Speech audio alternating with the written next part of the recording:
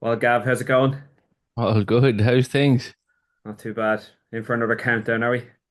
We're in for another top five. Yeah, yeah. Love it. Love it. Enjoying these.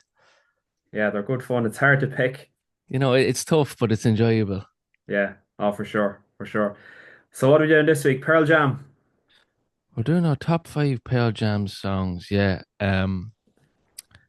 Very tough pick again. I'd safely say if I done this in an hour's time, I'd have a completely different five songs. Never mind a day. But Yeah. yeah, I tried to narrow it down to the top five. But yeah, let's see where we go. I'm interested to see what your top five are too. So before I start, just like to say that all five songs are off one album. I'm a huge Pearl Jam fan. I have most of their albums, and as you know, I used to play in a Pearl Jam tribute band. But all my songs are off 10, okay? And the reason for that is because I'm a guitar player. I love rock music. I love riffs, guitar solos, and in my opinion, in terms of that type of stuff, 10 can't be beat. Yeah, It's yeah, it's like a classic rock album, essentially. I know it's a grunge album, but it's yeah. got all the guitar bits and pieces there. It So yeah, it drastically changed, didn't it, as the albums went on? Drastically. it did. Now, if I had to pick a top 10, there'd be plenty from the other albums on it. But Mm. because I have to limit to a top five, I could have gone the route of, oh, well, I better represent, each of the albums that I really like here. But I'm not going to do that. I'm just going to go purely as a guitar player. These are my five favorite songs, and these are the reasons why. It's Porch is the Uh, first one, right? right, very good. Porch. So what draws me to this song is just the intensity of it. It's got a fast beat to it. The guitars are insane. So Mm. Stone is playing a fantastic riff at the start, and that carries throughout the whole song. But also Mike has an absolutely kick-ass solo in this one as well. And then it comes into a break, and then after guitar solo, there's a little bit of a break where it all comes down, and then it kicks back off again with this like amazing energy, and Eddie with that massive scream and roar. Yeah, And to me, it's a pure out rocker. The band are firing on all cylinders, and it's not even the best song on the album. It's number five, but I think yeah. it's absolutely amazing. But yeah, great song. I love that song as well. Definitely. Yeah, Um, so my number five is off Versus, and I went with Rear View Mirror. brilliant. Love it. Um, Similar story to Porch, I guess. It's high intensity. It's bit of anger, bit of frustration, a lot of high tempo, a lot of guitar, a lot of everything. I think it's one of the highlights on that album. Um, Always liked it, even as a kid. I remember that song, and yeah, it just stuck with me, and it's in my top five. It's at number five. Brilliant. Yeah, it's a rocker. It is a rocker. And the singing is way up there. I don't think they play it too often live anymore. Jesus, Um, I know I they think they play a played lot it. of the other ones. I think they played it in Madrid when I caught them last Oh, summer. really? I think Brilliant. so. Pretty sure. Brilliant. Um, yeah, great song though. Brilliant song. Yeah. Oh, it's top notch. It's top notch. So coming in at number four for me then is Alive. Very good. So yeah, absolutely brilliant song. Obviously starts off with that Stone Gossard intro riff, which is phenomenal. Absolutely brilliant. It's just such a heavy rock riff. Like it's classic rock. It's given a nod to the 70s, but it's also very current for the 90s. And Stone is a very underrated rhythm guitar player, in my opinion. The riffs that he comes up with on the first two to three albums are absolutely brilliant. Yeah. And it was funny. I was watching an interview with Mike McCready on Shred with Shifty, the Chris Shiflett show Okay. he was doing. And Mike actually, so Chris asked Mike, "Can you play the riff from Alive?" And he's like, "I've never actually played that riff." It's like, "What?" Yeah, no, Stone plays all that riff live, so I never had a reason to play it. Wow. So he gives it a go and makes a mess of it, but it's mad. Like they just have their own lane, so Stone does all those parts, and Wow. then Mike's got like a really kind of light guitar. part in there. He's using a Strat mostly for that song, and he's just complimenting what Stone's doing. And then when it comes into the guitar solo, Mike takes it to a different level. It's phenomenal, Yeah, it really is. Like phenomenal. that chorus is Jesus Christ, it's unbelievable.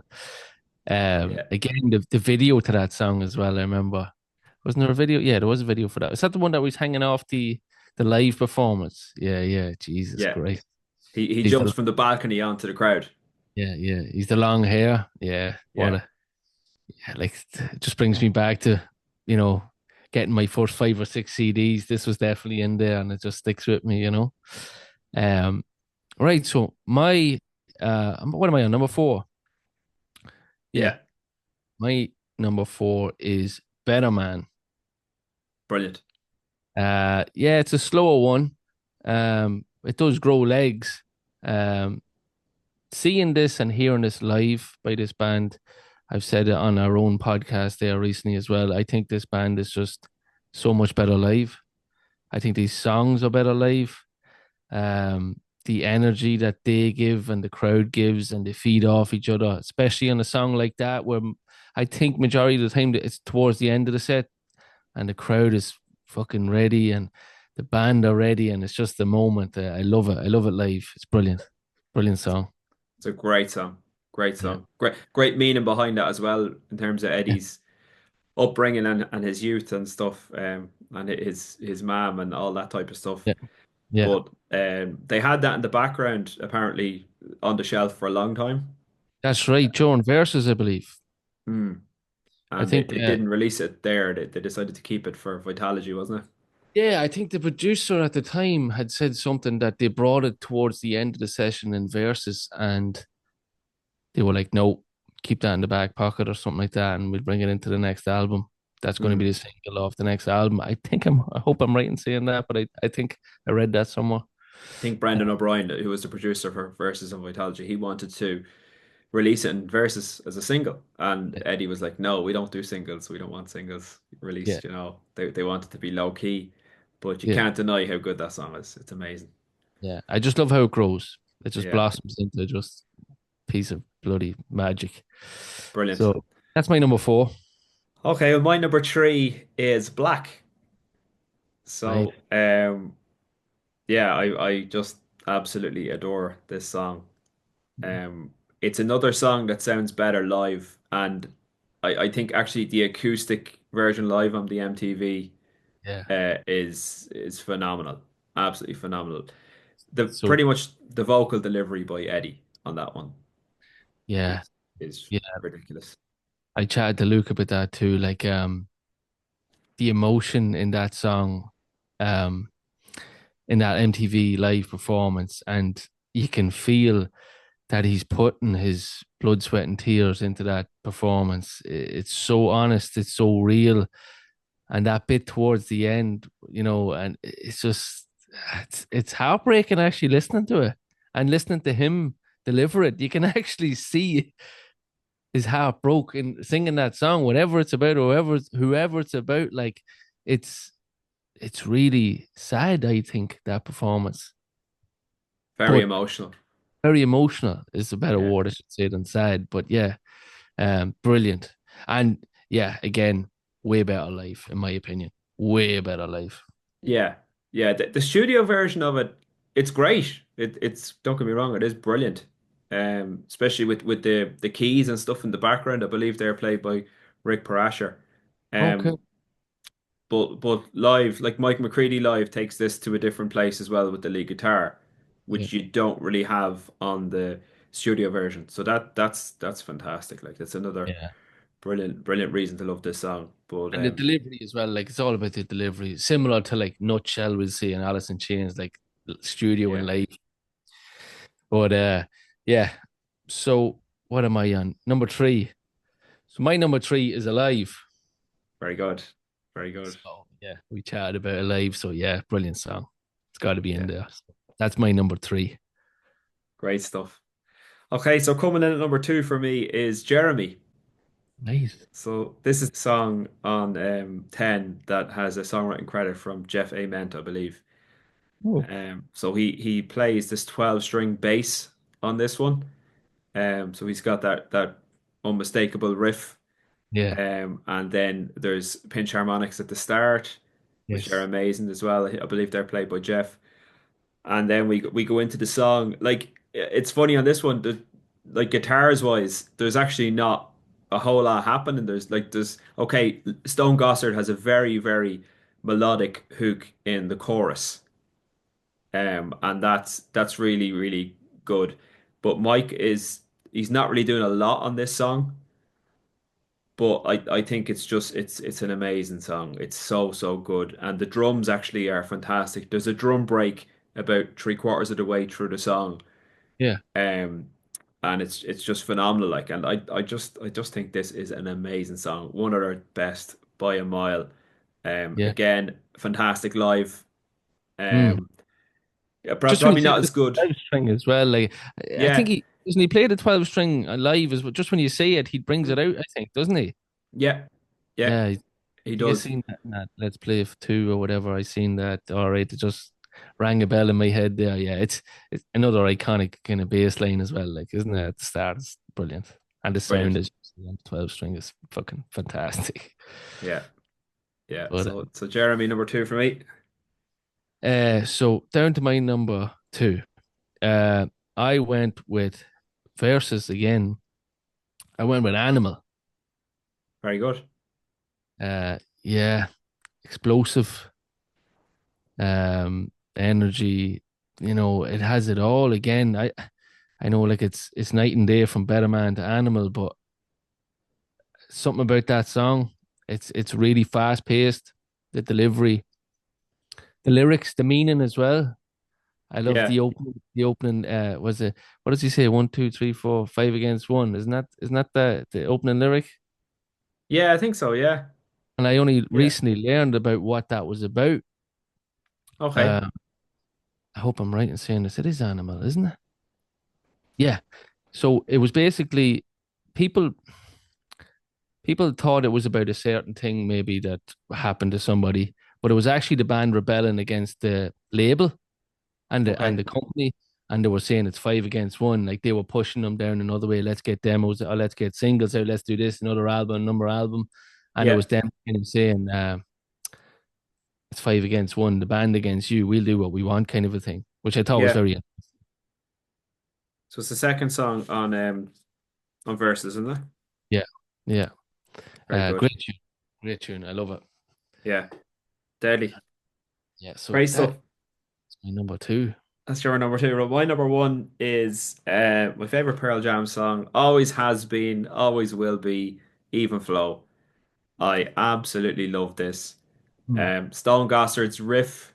Where he slides in. It's in the key of D minor, and he slides in, and it's kind of like a riff based in a blues pentatonic minor scale, and it just rocks. It's got so much groove.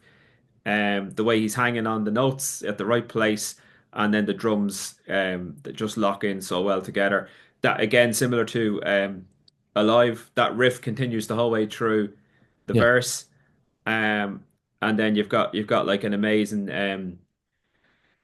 chorus that is very different, to what's going on in the verse. Mike McCready as well is on fire in this song. He's playing the Stratocaster, I believe, so he's got a lot of action on the whammy bar. But then when it comes into the guitar solo, he takes it to another level. yeah, he Um, does. it's ferocious. Like his playing is so fast. Yeah. It's so fast in that song. It's so like I tried to learn this when we were playing it live as a band, and like I could never get it like Mike. I got it maybe close, like, but his playing so fast. It's just phenomenal, phenomenal. I think something as well that you touched on, especially in that song as well, is the rhythm section. Like as you said, like it's Yeah, unbelievable, unbelievable, so good, such a carries it. groove, such a groove. It's such a groove. It's heavy. It's very hard rock. It's again a nod to the '70s, but still being current in the '90s. Yeah, and Got like it. Got touching everything. on current, and I know you seen them as well last year, Rob. But I don't know about you, but like they are still so tight together. Definitely. Oh my God, they're just one. They're all just so in sync. They're Yeah. all flawless life. Like they probably are. Like right now one of the best live bands Yeah. currently. They're definitely in the top 10. They have to be. Their strength, I think, as a band is like they haven't like with all the technology that's out there now, very easy for bands to go down like a technical route, with Mm. like amp modelers and um click tracks and all that type of thing. Pearl Jam don't they're raw, like they sound like a raw rock band, Yeah. but as you say, they all knit in perfectly together. And they play with full amps, loud amps on stage, and you get that human feel from the band. That's one thing I noticed about Pearl Jam Yeah. that's Couldn't say different to other bands. They go out, they play a set. Every night is different. Every yeah. night's got its little quirks. The set list, Yeah. Eddie writes the set list apparently like an Yeah. hour before they go on stage. So it's just it's rock and roll the way it should be. Yeah, and I do think that they really, really appreciate their fans and their fan base.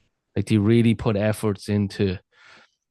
You can tell in each show, even some of the DVDs and stuff, and the live shows online and stuff. You can tell that they really appreciate their fan base, Yeah. and engage with their fans. And some bands might just go on and do a set. They might be flawless, they might be in sync, they might be in the pocket, do the stuff and go.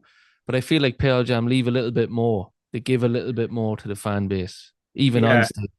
I think when another band maybe come on and do a set, it's a performance. They're performing to get paid. With Pearl Yeah, Jam, it's an experience. yeah, yeah. They're That's coming out there, they're at one with the crowd, and like especially Ireland, Marley Park, like they were the things that they were saying throughout. Like Eddie was very aware of what was happening in the news. For example, he mentioned about Glenn Hansard and his mom. There was a lot of things there. He mentioned about the weather in Dublin being similar to Seattle. Like he mentioned about Slane Castle. Like, yeah. I ended up buying that CD, the live version, or the live recording from Marley Park Mm. over the summer. Like, and it's brilliant to hear Eddie giving those little stories and anecdotes in between songs. Like, it makes it so much more personal. It does. It personalizes the whole show. It definitely does. It's an experience, like you said. You couldn't have said it better. Yeah, it's a great way of And explaining it. just the last thing on Even Flow, my favorite Uh, part of that song is at the end of the solo as Mike is ramping down. Stone comes back in with that riff, but he's playing it much higher up the neck. Right. And it leads the band. It's like Stone, he was the band leader essentially at that time, but he's leading the band back into the chorus again, the final chorus. And every time I hear that, like I'm just waiting for that little riff from Stone, Yeah. and he comes in and just every time it just gets me. It's absolutely brilliant. Great guitar Ah, playing, great band. Love these guys. yeah, monster song. So my number one is off 10. It's a slower one. It's Release. Very good. Yeah, I fell in love with it the minute I heard it. I don't know what it was. I think like it's the delivery, it's the emotion in it. It's I don't know. It's a great way to end the album, like kind of way. It just yeah.